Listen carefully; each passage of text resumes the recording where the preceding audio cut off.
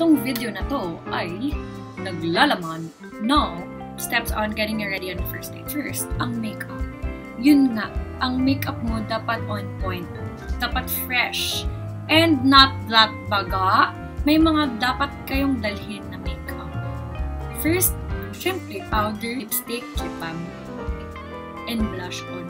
Dili mo ganahan na, hala, nag-shine bright like a diamond na daay mo kay day aircon inyong atuan. Sa gawas mo nag-dinner, naakay pang retouch at least, diba? Mga mga makeup na dapat imong dadon. Syempre, unsa imong hair, naman ko talaga mag-blower dye. Pero pag pag long hair, it's up to you if you want to curl your hair, tie your hair, lugay, anything. Basta as long as your hair is dry, dili ka ng bag-ulong kagawa sa CR, my gosh. And, oh, yeah. What to wear ng casual lang. Kung ano yung suot mo lagi everyday, yun, suotin mo. Huwag ka mag-gimmick attire kasi baka isipin niya mag-gimmick kayo after. Diba, dinner date nga, tsaka movie. Magdala ka ng jacket para hindi niya isipin na maghiram ka ng jacket. Kaya, unless na magbinugay ka dira na wala kay jacket, na, lamig, wala ako jacket. Or, di ka magstorya, sige lang kang kurog-kurog dito. Oh my God. Tapos, matingala na lang siya. Okay ka lang. Tapos na siya jacket.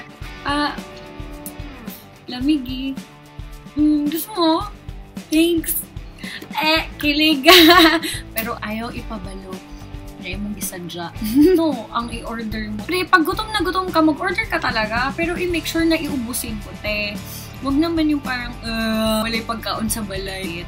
Ma-turn off po siya, oy. Ayaw po pag-order og salad lang. For me, ha. Kay, my gosh, what if gutom na kay ka? Dinner ba yan na?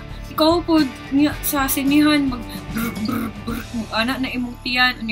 Ikaw din magsisi. Maulaw ka kay imong tiyan. Nagakulo siya. Diba? Kahit masarap yung food, huwag kang humingi sa plate niya. Promise, wag. Kasi hindi lahat ng guys gusto nila kunin yung plate.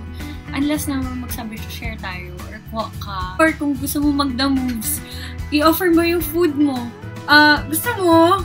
And then, syempre, try mo.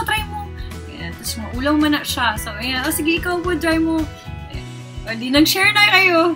Diba? First date ano pa ba? Dinner date na mo. Mag-movie naman mo after. So, anong gagawin mo? My God, are you sure of your breath after eating? Mamaya, nag-order kag nagan garlic, diba? So, magbaon ka mouthwash te or candy, diba? Para sure. Pag mag-uwi na kayo, depende kung hatid ka niya or hindi, magbeso ka lang, huwag ka mag-kiss. Be yourself kung sino ka, kung buang-buang ka, ipakita yung pagkabuang. Pero ayaw po ng OA. Just relax, chill. Okay, guys. Malaman nyo yan. If magawa nyo yung tip na yan, for sure you guys will have a second date. And syempre, you have to make sure na gusto mo talaga yung person na yun. Huwag mong sayangin yung time nyo sa isa't isa na mag-date kayo, hindi mo naman talaga gusto, diba? Gusto ko happy ka. Salamat kaayo!